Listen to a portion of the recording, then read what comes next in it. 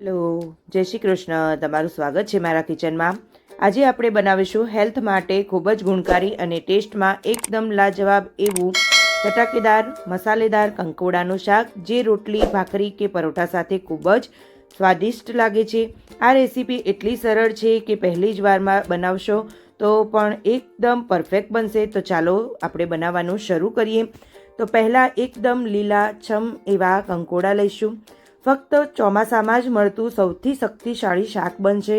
તો આ કંકોડાને હવે આપણે તેના ઉપરની છાલ નીકાળી લેવાની છે. જો તમારે છાલ ન નીકાળવી હોય તો પણ તે ખૂબ જ સરસ જ લાગે છે. તો હવે તેની ઉપર જે આ કાંટા જેવું દેખાય છે, આપણે એટલું જ છાલ એકદમ પતલી એવી નીકાળવાની છે. જો તમને તે છાલ ભાવતી હોય તો તમે તે રાખી શકો છો. મારા ઘરમાં નથી ભાવતી તો મેં તે નીકાળી દીધી છે. હવે આવી રીતે બધા જ કંકોડામાંથી છાલ નીકાળી લઈશું અને પછી તેને હવે આગળ પાછળના ડીટા પણ કાપી લઈશું. એવી જ રીતે ચાલો હવે બધા કંકોડાને છોલીને સાફ કરી લઈએ. તો હવે બધા જ કંકોડા છોલાઈ ગયા છે. તો હવે તેને આપણે પાણીમાં ધોઈ લઈશું, કેમ કે તેની ઉપર થોડી થોડી છાલ ચોટેલી હોય તે પણ સાફ થઈ જાય અને કોઈ ધૂળ માટી હોય તે પણ સાફ થઈ જાય. હવે આ કંકોડાને પાણીમાંથી નીકાળી અને પછી એક કપડાથી સાફ કરી અને થોડા કોરા થવા દઈશું અને પછી આપણે તેની પ્રોસેસ જોઈશું. ચોમાસામાં જ્યારે પણ આ શાક મળે ત્યારે ખાવું ખૂબ જ જરૂરી છે, કેમ કે આનાથી શરીરમાં જેટલા ગુણ મળે છે એવા કોઈ શાકભાજીમાંથી નથી મળતા. તો ફ્રેન્ડ્સ, તમે એકવાર આ શાક ઘરે જરૂરથી બનાવજો. હવે તેને મેં એક કપડાથી સાફ કરી અને લઈ લીધા છે. હવે મેં તેને ઊભી આવી રીતે નાની નાની પતલી ચિપ્સમાં કટ કર્યું છે. તમે કોઈ પણ શેપમાં કટ કરી શકો છો. જેમ આપણે ગિલોડીને કટ કરીએ છીએ એવી રીતે મેં તેને કટ કરીને લઈ લીધા છે. તો ચાલો હવે બધા જ કંકોડાને કટ કરીને તૈયાર કરી લઈશું. હવે કંકોડા કટ થઈને તૈયાર છે. તો હવે આ કંકોડાનું આપણે શાક પણ બનાવી લઈએ. અને જો તમારે વધારે હોય તો તમે ડબ્બામાં ભરીને આમ જ ફ્રીજમાં રાખી શકો છો. તે અઠવાડિયા સુધી સારા રહે છે. હવે એક પેન લઈ લઈશું અને પછી તેમાં તેલ એડ કરીશું. આ શાકમાં આપણે પાણી નથી નાખવાનું, તેથી તેલની ક્વોન્ટિટી થોડી વધારે રહેશે. તો અહીંયા મેં 2 થી 3 મોટી ચમચી લીધેલું છે. હવે તેલ ગરમ થઈ જાય એટલે તેમાં રાઈ એડ કરશું અને રાઈને આપણે સરસ એવી ફૂટી જવા દઈશું. હવે રાઈ સરસ એવી ફૂટી ગઈ છે તો તેમાં આપણે જીરું એડ કરીશું. જીરું થઈ જાય એટલે લસણને ઊભું આવી રીતે સ્લાઇસમાં કટ કરેલું એડ કરીશું. લસણ જો આવી રીતે કટ કરેલું હશે તે ખાવામાં આવશે તો ખૂબ સરસ એવું લાગશે.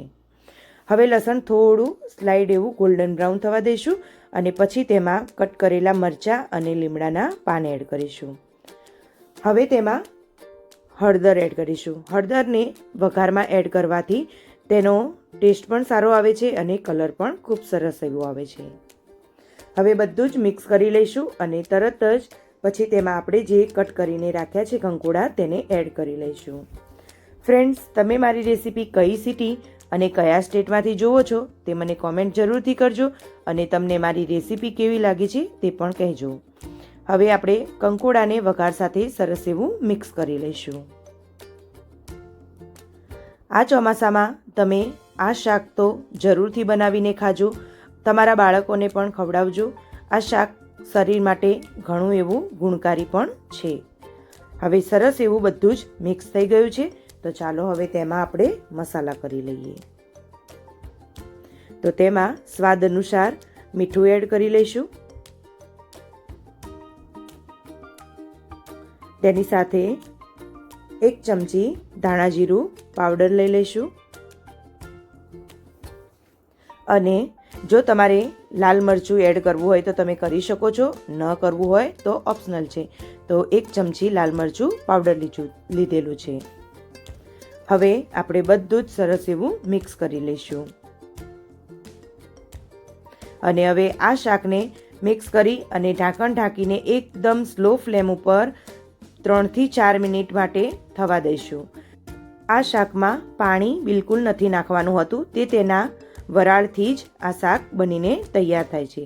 હવે ઢાંકી અને થવા દઈશું અને ફરીથી આપણે 2 મિનિટ પછી તેને ખોલી અને એકવાર હલાવી લઈશું, જેથી તે નીચે ચોંટી ન જાય અને આપણું શાક ખૂબ ટેસ્ટી એવું બનીને તૈયાર થઈ જાય. તો એકવાર હલાવી અને પછી ઢાંકી અને ફરીથી તેને 2 મિનિટ માટે થવા દઈશું.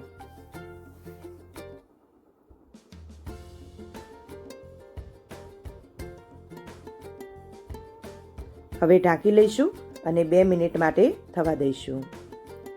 2 મિનિટ પછી આપણે ચેક કરીશું. આપણું કંકોડાનું શાક ખૂબ એવું ટેસ્ટી સરસ બનીને તૈયાર થઈ ગયું છે. તો હવે આપણે ચેક કરી લઈશું એકવાર કે આપણું કંકોડાનું શાક બનીને તૈયાર છે. તો કેવું લાગ્યું તમને આ શાક? બનાવશો ને? ક્યારે બનાવો છો અને ક્યારે કોમેન્ટ કરો છો? જલ્દીથી બનાવો અને કોમેન્ટ કરવાનું ભૂલતા નહીં. હવે ચેક કરી લઈએ તો આપણા કંકોડા થઈ અને તૈયાર છે. તો ચાલો હવે ગેસ બંધ કરી લઈશું અને શાકને સર્વ કરી લઈશું. તો ફ્રેન્ડ્સ, તૈયાર છે આપણું એકદમ ટેસ્ટી કંકોડાનું શાક. અને આ શાકને અત્યારે મેં રોટલી સાથે સર્વ કરેલું છે. તમે રોટલી, ભાખરી, પરોઠા કે રોટલા સાથે પણ ખૂબ જ સરસ લાગે છે.